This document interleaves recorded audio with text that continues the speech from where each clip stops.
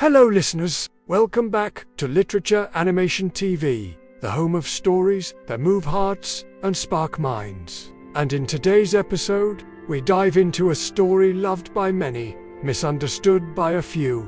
Title: A Man with Awesome Powers. Have you ever wished you had special powers? I mean real powers. The power to heal the sick, raise the dead, maybe even stop something terrible from happening before it begins. Well, meet Tayib Al Madi, a quiet man, a simple man. But here's the twist. One day, Tayib wakes up, and something is different. Something unbelievable. He now has powers. Real, awesome powers. Sounds like fiction? Well, buckle up, because what happens next will make you question everything you thought you knew about fate, faith, and the price of power. Let's get into it.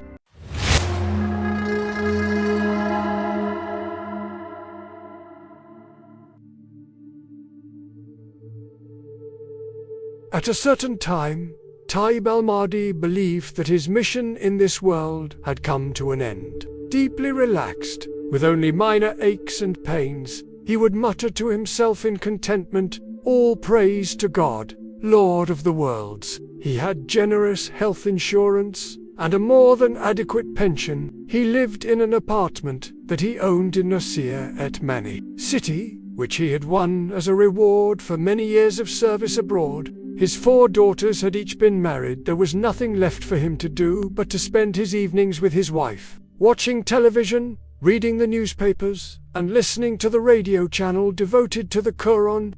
Was it so strange, then, that he thought he had discharged his duties in life in a commendable way, yet he had no idea what the future had hidden from him?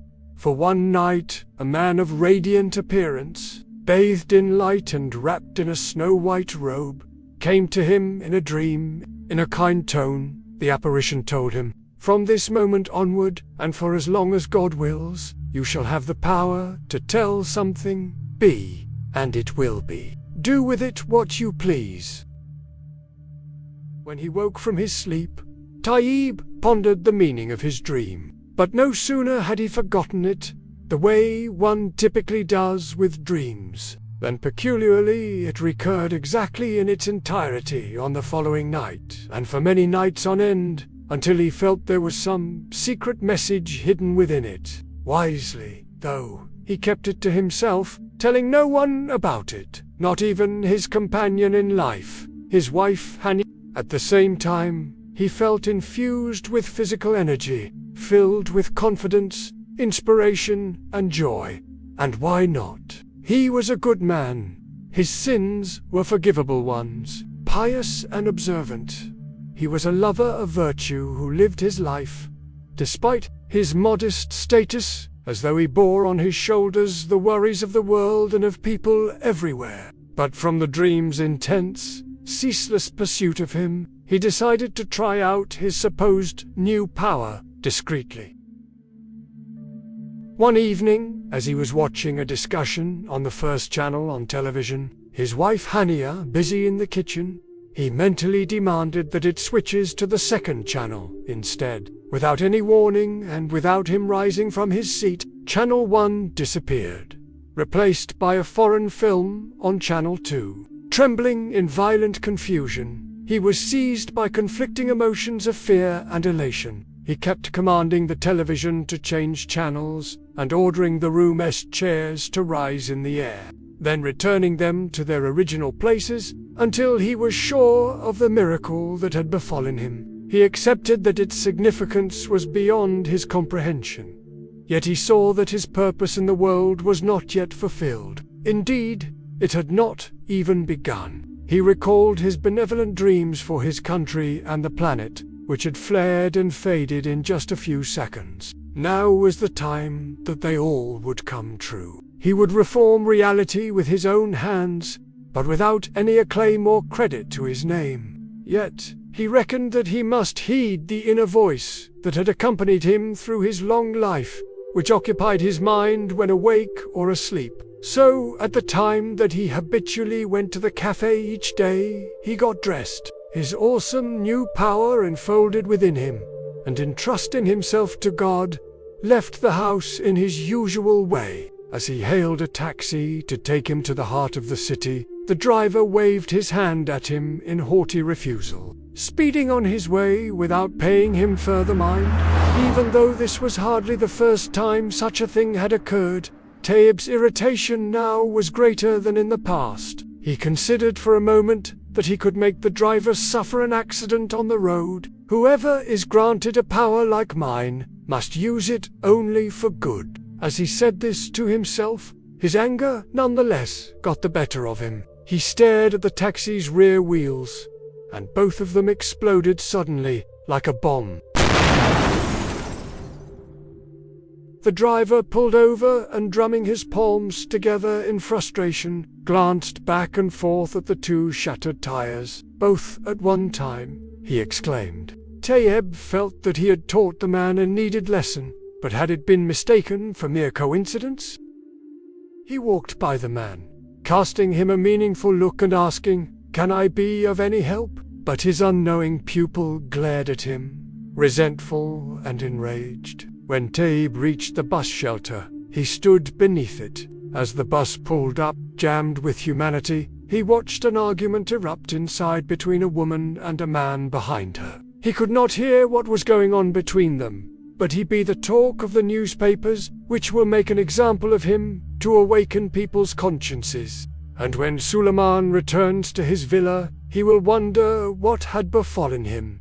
Beating his head against the wall in despair, he kept applying his stupendous ability the rest of that day and in the days that followed, in all sorts of different places, wherever it seemed suitable. He passed by a maternity hospital, a consumers' cooperative, an electrical appliances factory, and so went on. A curse and an affliction for some, a mercy for many others. Wherever he astonishment and confusion trailed in his wake, both those he had chastised and those he had blessed would wonder, how could people change without warning from one extreme to another?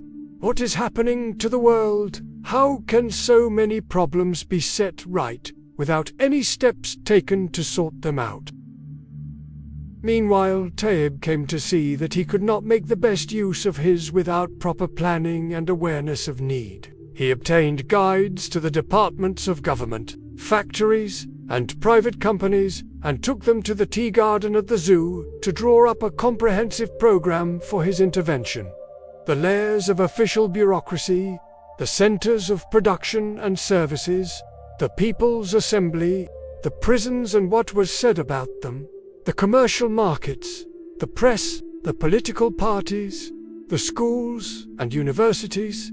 Each phase must be mapped out slowly and deliberately. Every clamor must be quieted, every deviation must be deterred, and once he is done correcting his country, he will turn with zeal to deal with the world. The mission that shall emerge from it will be manifold and heavy, yet the power that he possessed was the wonder of the age. Something caught his eye at the tea garden's entrance. He saw a beautiful woman approaching to take a seat at the table right next to him.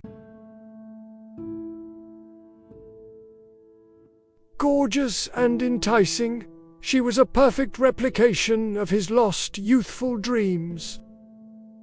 Swept by a surge of delight, Tayyib found his passions aroused in a way that he had not known since he first married Hania, destroying the indifference he had dreaded since he entered old age. The surprise attraction amazed him. Truly, it was far from ordinary and hardly appropriate for one preoccupied with such a mountainous burden as his. She barely noticed him as her large, round eyes wandered over the zoo's green lake and the ducks floating lazily on it. Does she have any idea that, in a split second, he could set her head over heels at will? He hesitated a moment before sending her a hidden message. Instantly she threw him an answering look, and seemed as though she were about to speak. His desire now, ecstasy, he gave way to it in spite of himself. Would it do any harm to one who wished to repair the world if he also sought to heal himself? And, in one shared smile, he utterly forgot both his faith and his life. He closed his notebook as they stood up together, surrendering to their fate. Returning to his house one evening, Tayib came back to his senses. He realized that he had erred. When Hania remarked he was not in his normal mood, he claimed to her it was only a cold, and though he never thought to repeat his mistake, the pain it caused him would not go away. Worst of all, he was no longer favored with the depthless inner confidence on which he had been drunk for so long. He longed to practice his secret power once again. Waiting until Hania had gone out on an errand, he turned towards the television as he had done so often before. The channel would not change. He thought he was going mad. No matter how much he tried, all he met was failure. Like a dream, the miracle was gone. Pleading is pointless. Distress is useless. Regret has no effect. An awesome sadness will haunt Tayib Al Madi until the day of his death.